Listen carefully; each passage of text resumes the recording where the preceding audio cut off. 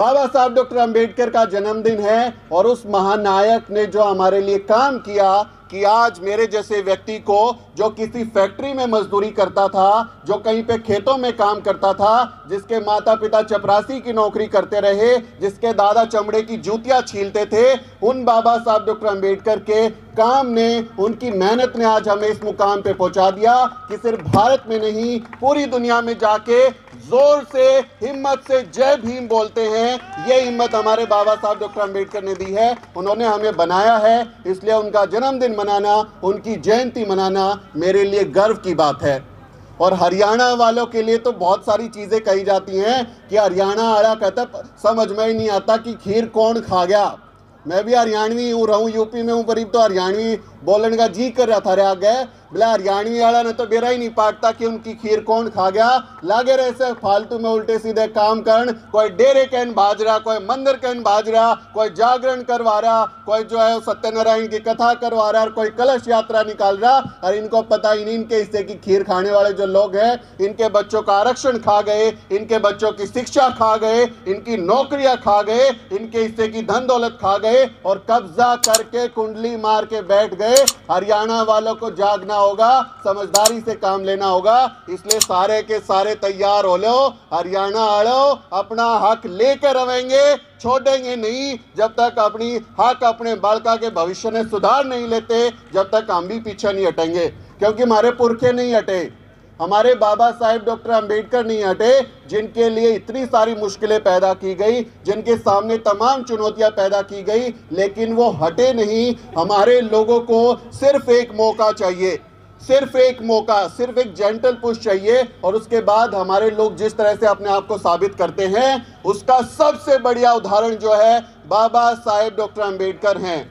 हमारे बाबा साहब को क्लासरूम से बाहर बैठने का मौका मिला, उनको क्लास में अंदर बैठने का भी मौका नहीं मिला कि टेबल जो सिखाई जा रही थी, जो चीज़ें सिखाई जा रही थी ब्लैक बोर्ड पे, उसको वो ध्यान से देख सकते। क्लास के बाहर बैठने के बाद भी बाबा साहब डॉक्टर अंबेडकर दुनिया के सबसे ज़्यादा पढ़े लिखे आदमी बन गए। तो सिर्फ एक मौके की ज़रूरत है, सिर्फ एक चांस की ज़रूरत है, हमारे लोग अपने आप को साबित करते हैं। हमारी बहन बैठी है यहाँ पर, प्रिया मेघवाल, एक कवि हुए हैं तुलसीदास दुबे, ढोल गवार शूद्र पशु नारी, ये सब ताड़न के अधिकारी, ये लिख के गए हैं। आज होते तो हमारी बहन प्रिया को देखते और इस पोडियम पे अपना माथा पटक लेते, यहाँ पर जो है उनको मिर्गी आ जाती, चिल्ला चिल्ला के पढ़ते कि देखिए हमारे जो लोग हैं, जो ताकत है, जो उनकी प्रतिभा है, वो छुपाई छुपेगी नहीं।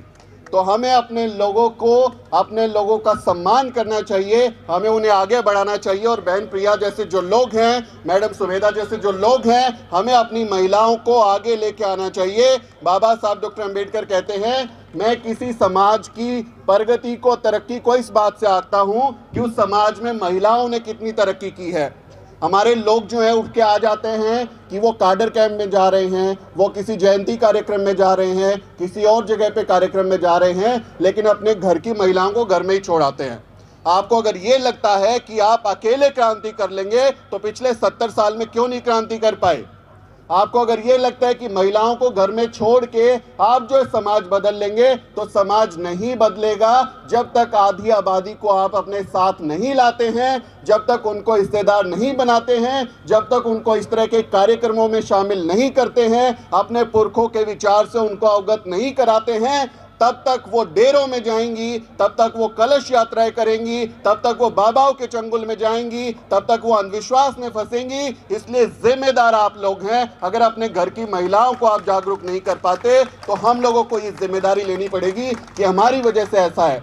बहुत सारे लोगों को मैं सुनता हूँ, हरियाणवी में कह दूँ, बोला भाई मैं तो मान गया पर घराड़ी को नहीं मानती, वो लागी रहा है बाबा के चक्रा में। तो दैट्स योर रिस्पॉन्सिबिलिटी।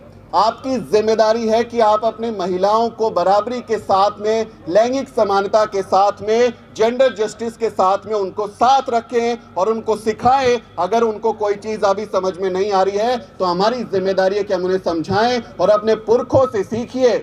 एक परंपरा है जो कहती है मैं तो फकीर हूँ, झोला उठाकर चला जाऊंगा। ऐसी एक परंपरा है कि जो घर छोड़ने को, जिम्मेदारियों को छोड़ने को, अपने आप को सन्यासी बना के दूसरी चीजों में लगा देने को बड़ा सेलिब्रेट करती है, बड़ा उसको महान बताया जाता है कि कितने बड़े आदमी सन्यासी बन गए। और एक तरफ हमारे लोग हैं जो मेहनतकश लोग हैं, जो शर्मन परंपरा के लोग हैं, जो कमा के खाते हैं, पर जीवी लोग नहीं है, किसी और पर नहीं जीते। हमारे आप संत रविदास को देखिए, जूते चप्पल बनाने का काम करते हैं, मेहनत का काम करते हैं, मांग के नहीं खा रहे, मेहनतकश तबके के लोग हैं। और आपको एक ऐसे समाज की कल्पना देके जाते हैं जहां पर कोई भेदभाव नहीं है। संत रविदास क्या कहते हैं? ऐसा चाहूं राज में जहां मिले सबन को अन्न, छोट बड़े सब सम बसे, रहदास रहे प्रसन्न। तो ऐसे समाज की कल्पना हमारा आदमी करता है, वो भी मेहनत करते हुए, वो भी अपने हिस्से का काम करते हुए, मांग के नहीं खाने वाले।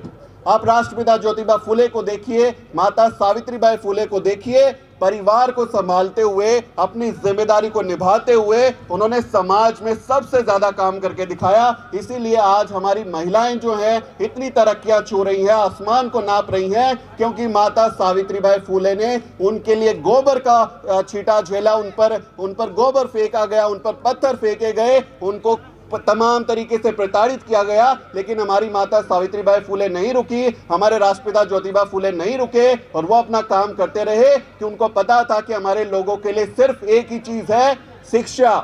अगर उनको शिक्षित कर दिया जाएगा तो इन तमाम चीजों से हमारे लोग अपने आप पार पा जाएंगे। इसलिए मेहनत करते रहे, और उनको आप याद कीजिए, माता सावित्रीबाई फुले और राष्ट्रपिता ज्योतिबा फुले को। और प्रिया जी की तरफ देखिए कि वो जो बीज बोकर गए थे, जो शुरुआत उन्होंने क्रांति की थी, आज वो मशाल बनकर हमारे बीच में है। हमारे लोग जो काम करके गए थे, आज हम सब उसका फल ले रहे हैं। सब लोग हम मौज में रहते हैं, तमाम तरीके के ऐशो आराम में रहते हैं। तो हमारे पुरखों ने काम किया है, घर छोड़ के झोला उठा के नहीं चले गए कि मैं तो चला जाऊंगा झोला उठा के। हमारे लोग मेहनत करने वाले लोग थे। बाबा साहेब डॉक्टर अंबेडकर, माता रमाई तमाम तरीके की पीड़ा झेलते हुए, तमाम तरीके की विकट हालातों में रहते हुए अपने हिस्से का काम कर रहे थे। माता रमाई जो है गोबर के उपले बनाकर बेचती थी, घर चलाती थी। बाबा साहेब डॉक्टर अंबेडकर जो लेटर लिखते हैं लंदन से उनके लिए, वो लेटर पढ़िए, आंखों से आंसू निकलेंगे किस तरह से वो माता रमाई के प्रति अपने प्रेम को जाहिर करते हैं। बताते हैं कि मैं तुम्हारे साथ कभी न्याय नहीं कर पाया, कभी तुमको अच्छी जिंदगी नहीं दे पाया, कभी जो एक पत्नी की इच्छाएं होती है उनको पूरी नहीं कर पाया। क्यों? क्योंकि मुझे मेरे समाज के लोगों के लिए काम करना था, मुझे मेरे समाज के बच्चों के लिए काम करना था, इसलिए मैंने अपने बच्चों को कुर्बान कर दिया। आखिरी बच्चा मेरा बचा हुआ है, उसका ख्याल रखना, पतले का ख्याल रखना। आंखों से आंसू बहते हैं बाबा साहेब डॉक्टर अंबेडकर के। परिवारवादी लोग हैं, परिवार को चलाने वाले लोग हैं, अपने लोगों के लिए तन मन धन से इमोशनल लोग हैं। इसलिए हमारे लोग झोला उठा के नहीं जाते, हमारे लोग फकीर परंपरा के लोग नहीं है, हमारे लोग मांग के खाने वाले लोग नहीं है कि वो बोल दे भिक्षाम देही। हमारे लोग ऐसा नहीं करते, हमारे लोग मेहनत करने वाले लोग हैं, तमाम तरीके के रोजगार कर लेते हैं, तमाम तरीके की मेहनत करते हैं, अपने मेहनत के दम पर खाते हैं, परजीवी लोग नहीं है। इसलिए अपने समाज के लोगों के लिए हमें गर्व महसूस करना चाहिए कि इस देश को बनाने में, इस देश को बेहतर बनाने में, इस देश के राष्ट्र निर्माण में, इस देश के संविधान का पालन करने में हमारे बाबा साहब डॉक्टर अंबेडकर की मानस संतानें, हमारे बहुजन समाज के लोग सबसे आगे हैं। आपको ब्राह्मणवादियों में और अंबेडकरवादियों में फर्क समझना हो ना। अगर आप समझते हैं कि अंबेडकरवादियों में और ब्राह्मणवादियों में फर्क क्या है, तो दो उदाहरण आप देख लीजिए। रामनवमी का जुलूस निकलता है, हाथों में तलवार त्रिशूल लेकर निकलते हैं, जगह जगह दंगे होते हैं, जगह जगह हिंसा होती है। और हमारी अंबेडकर जयंती पर जब रैलियां झांकियां निकलती हैं, भारत का संविधान हाथ में होता है, बाबा साहब डॉक्टर अंबेडकर की तस्वीर हाथ में होती है। कोई जगह बता दो जहां हिंसा हुई हो, एक जगह बता दो जहां कानून का उल्लंघन हुआ हो। ये अंबेडकरवादियों की ताकत है। जब हम आंदोलन करते हैं तो बाबा साहब डॉक्टर अंबेडकर का संविधान हाथ में रखते हैं, कानून का पालन करने वाले लोग हैं। इसलिए हमें अपने लोगों पर गर्व होना चाहिए, हमें अपने लोगों की टांग खिंचाई करने से बचना चाहिए। इन दिनों में जहां जाता हूं ये बात जरूर कहता हूं कि हमारे जो लोग हैं वो एक दूसरे की इतनी ज्यादा टांग खिंचाई करने लगते हैं कि ये कम अंबेडकरवादी है, ये थोड़ा सा ज्यादा अंबेडकरवादी है।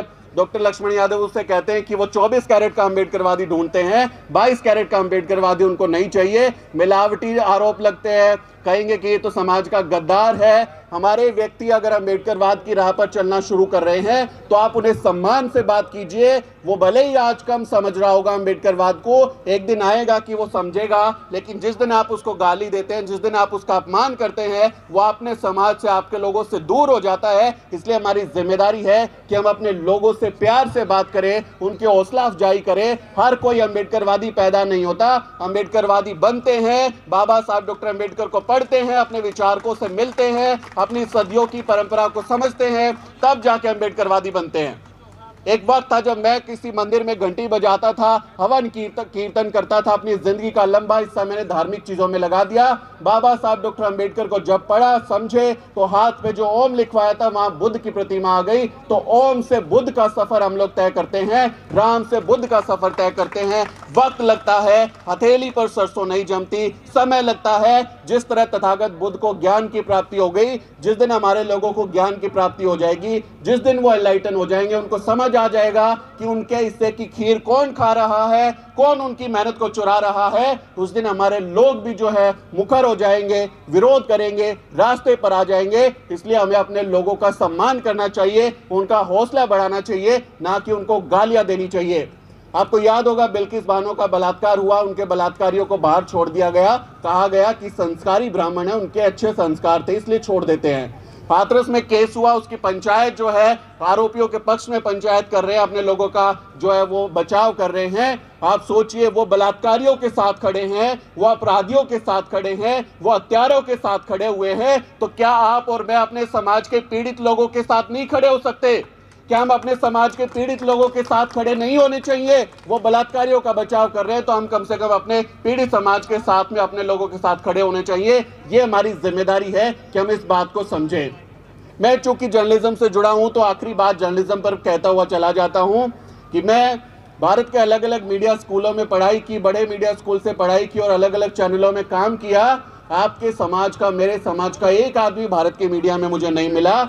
4 जगह जहां मैंने काम किया, कभी मेरे समाज का कोई आदमी नहीं मिला जो आपकी खबरों को प्रमुखता दे, आपके लोगों की बातों को दिखाए, आपके मुद्दों पर बात करे। इसलिए भारत के मीडिया को अपना मीडिया समझना बंद कर दीजिए।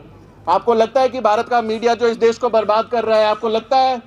हाथ उठा के बताइए, लगता है कि देश का मीडिया बर्बाद कर रहा है, इस देश के लोगों में नुकसान कर रहा है, संविधान की हत्या कर रहा है, लोकतंत्र के खिलाफ काम कर रहा है, भारत का मीडिया नुकसान कर रहा है? आपको लगता है?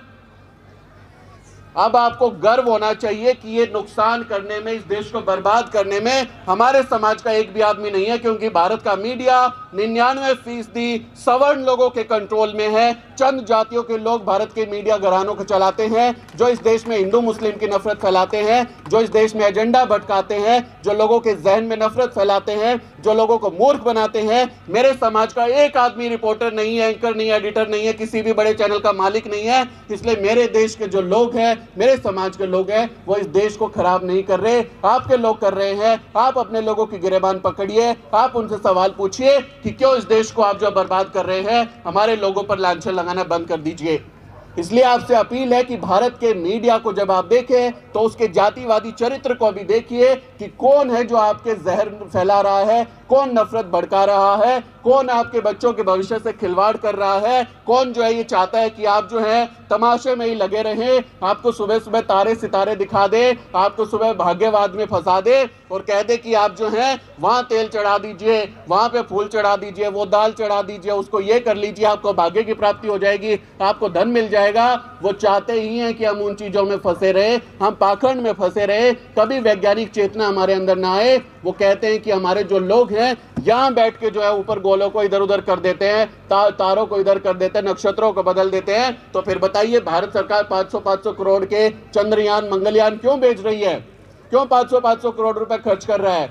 आपके लोग जो हैं वो यहां से मंत्र मार के बता दें कि कौन सा ग्रह कहां पे है, कौन से ग्रह पे खनिज है, कौन से ग्रह पे जो है वहां पर जीवन मिल रहा है, कौन से ग्रह पर जो है अच्छी आपके लिए वायुमंडल है। आप भेज दीजिए हमारे लोगों को। क्यों इतना रुपया पैसा खर्च कर रहे हैं? आप में शक्तियां हैं तो बताइए ना कि कहां चोरी होने वाली है, आप चोर को पहले पकड़वाइए। आप में शक्तियां हैं तो बताइए कि किस महिला के साथ अपराध होने वाला है, पुलिस को फोन कर दीजिए, पहले पुलिस पहुंच जाएगी। आप में शक्तियां हैं तो बताइए कहां भूकंप आने वाला है, कहाँ पे आपदा आने वाली है, कहाँ प्राकृतिक आपदा आने वाली है, आपकी मेरिट कहाँ चली गई। जो एक वक्त था जब आप हमारे लोगों को जादू टोने का, एक श्राप देने का भ्रम देते थे कि श्राप दे दूंगा, तुमको कुत्ता बना दूंगा, गधा बना दूंगा, भस्म कर दूंगा।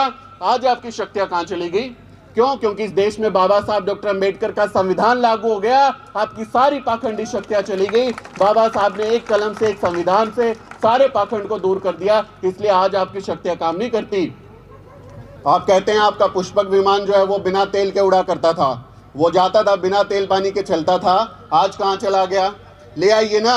आप जो है 100 रुपए यहाँ पे सीएनजी कर दिया है, 110 रुपए पेट्रोल हो गया है। आप लेके आइए उस पुष्पक विमान को जिसमें हम लोग भी बैठेंगे, उड़ जाएंगे। ना तेल चाहिए, ना डीजल चाहिए, ना सीएनजी चाहिए, ना इलेक्ट्रिसिटी चाहिए, हम भी मौज करेंगे। उस तकनीक को ले आइए और बताइए आपकी मेरिट कहाँ है। हमारे लोगों पर सवाल उठाते, अपने लोगों की मेरिट को भी देखिए कि कैसे आप इस देश को पाखंड में फंसाना चाहते हैं, आप इस देश को टुकड़ों में बांटना चाहते हैं, आप इस देश में जातियों में बंटवारा करना चाहते हैं। आप नहीं चाहते कि सबको बराबरी का अधिकार मिले, समानता के साथ लोग रहें। और जिस देश की प्रबुद्ध भारत की कल्पना बाबा साहेब डॉक्टर अंबेडकर करते हैं, संत रविदास जिस बेगमपुरा की कल्पना करते हैं, जहां पर समता मूलक समाज होगा, जहां कोई भेदभाव नहीं, सब भाईचारा बहनचारा के साथ रहेंगे, सब लोग मिलकर रहेंगे, उस समाज को आप बनाना नहीं चाहते। आप चाहते हैं कि ये देश इसी तरह से बटा रहे, आप ऐश करते रहे। तो हम ऐसा नहीं होने देंगे। हम अपने आखिरी सांस तक अपने बाबा साहब डॉक्टर अंबेडकर के संविधान को बचाने की कसम लेकर चले हैं। हम इसको बचाएंगे, अपना हक अधिकार आपको नहीं सौंपेंगे, लड़ते रहेंगे। सदियों पुरानी लड़ाई है, हमारे लोग लड़ते रहे हैं, मरते रहे हैं, हम भी लड़ेंगे, मरेंगे, लेकिन हार नहीं मानेंगे। यही मेरी आपसे अपील है कि जागिए, नींद से जागिए, अपने हिस्से की खीर खाइए, पहचानिए कौन आपकी खीर खा रहा है, अपने लोगों को हौसला दीजिए और उनका साथ दीजिए। ये हमारी धरती है, हमारे बाबा साहब डॉक्टर अंबेडकर का बनाया मुल्क है, वो हमारे राष्ट्र निर्माता हैं। उनके सपनों को सच करना हम सबकी जिम्मेदारी है। कानून को, संविधान को मानने वाले लोग हैं, नफरत फैलाने वाले लोग नहीं है, बहनचारे और भाईचारे वाले लोग हैं। इसलिए उम्मीद है कि हम भारत को बेहतर रहने लायक बनाएंगे, जहां गैर बराबरी नहीं होगी, जहां जातियों का बंटवारा नहीं होगा, जहां कोई भेदभाव नहीं होगा। ऐसा समाज हम भारत के संविधान के साए में बनाएंगे। आप अपना हिंदू राष्ट्र बनाने की बात करते रहिए, आपको ऐसा हिंदू राष्ट्र बनाने की बात करते हैं कि जहां पर आपके लोग राज करेंगे। तो मैं आपको चैलेंज करता हूं, एक ऐसा गांव बनाकर दिखा दो जहां पर जो है सारे के सारे लोग जातियों को भूल गए हैं। हिंदू राष्ट्र तो दूर की बात है, आप एक गांव बनाकर दिखा दीजिए जहां जातियों में लोग नहीं बटे, जहां सब लोग आपस में रोटी बेटी का संबंध करते हैं, जिसके साथ कोई भेदभाव नहीं होता। वो आदर्श गांव बनाकर दिखा दीजिए, फिर मान जाएंगे कि आपका जो एजेंडा है, जो आपका सपना है, वो बेहतर है। वरना हम आपको ये नफरती सोच को आगे बढ़ाने नहीं देंगे, क्योंकि हमारे बाबा साहब संविधान बनाने वाले, इसलिए उसके साथ डटे रहने की हमारी जिम्मेदारी है और हम डटे रहेंगे। आपसे अपील है कि आप अपने लोगों के साथ रहें और बंटवारे से बचे, यही सबसे बड़ी जिम्मेदारी है इस वक्त हमारी। आपने मुझे बुलाया, गुड़गांव की जनता का बहुत बहुत शुक्रिया। डॉक्टर अंबेडकर जन्मदिन समारोह समिति गुड़गांव के सभी साथियों का, रोहित भाई का बहुत बहुत शुक्रिया कि इन्होंने इतना शानदार कार्यक्रम आयोजित किया है। और ये कार्यक्रम जो है, बाबा साहब डॉक्टर अंबेडकर इकलौते व्यक्ति ऐसे हैं पूरी दुनिया में जिनकी जयंती पर इतने बड़े बड़े कार्यक्रम दुनिया में होते हैं। कोई ऐसा महान व्यक्ति, मुक्तिदाता दुनिया में नहीं है जिसकी जयंती को इतने उत्साह के साथ मनाया जाता है, जिसके जयंती पर इतने बड़े कार्यक्रम होते हैं। सिर्फ इकलौते बाबा साहब डॉक्टर अंबेडकर हैं। तो हमें अपनी विरासत पर गर्व करना चाहिए, हमें अपने अंबेडकरवादी साथियों के साथ खड़ा होना चाहिए। आपने बुलाया, सुना मुझे, बहुत बहुत शुक्रिया। जय भीम, जय भारत।